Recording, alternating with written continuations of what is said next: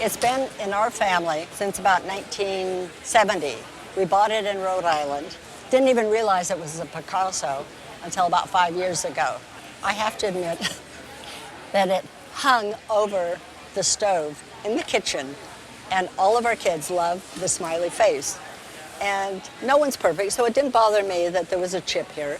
5 years ago, we went into a gallery and saw not an oval, but a circular plate with pretty much the same facial features, but not the circles around here. And I said, oh, we have a plate pretty similar to that. I said, it's over the stove. And the guy sort of gasped and said, over your stove? And I said, yeah, I have a plate collection. He said, do you know what you have? And I said, no, not really. He opened a book and he said, is yours sort of like this, the oval one? And I said, yeah. He said, do you know what it's worth? And I said, maybe $50, maybe $100. I don't think we paid any more than that. He said, my dear, it's increased.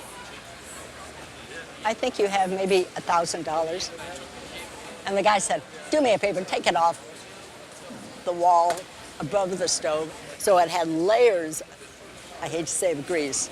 Well, I can only imagine the amount of grease that must have been on it over the kitchen. It's just one of those things. You bought it because you liked it. Oh, and yeah. You've enjoyed it because of the decoration. The actual name for this particular dish is Face in an Oval.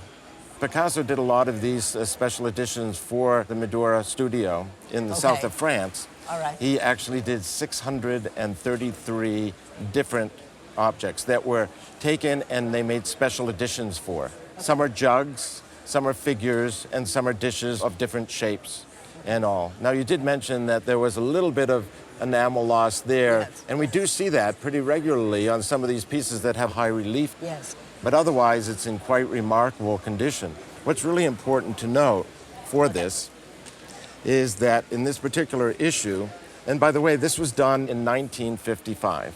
Oh. This tells us that they made 100 of them. Okay. And this is number 23 of 100. Although this is 23 of 100, there's no guarantee that they actually got around to making the full 100 in the series. Okay. Here we have the Madoura name. Right. Okay. And here, which is also important, is that this is from an original print by Picasso. Mm-hmm. Now, Picasso had a relationship with the Madoura studio for about 24 years. So you can imagine the amount of product that came from this. Yeah. This is a really, really nice example. And I'll have to tell you something about the Picasso market. In the last 4 or 5 years, it's skyrocketed.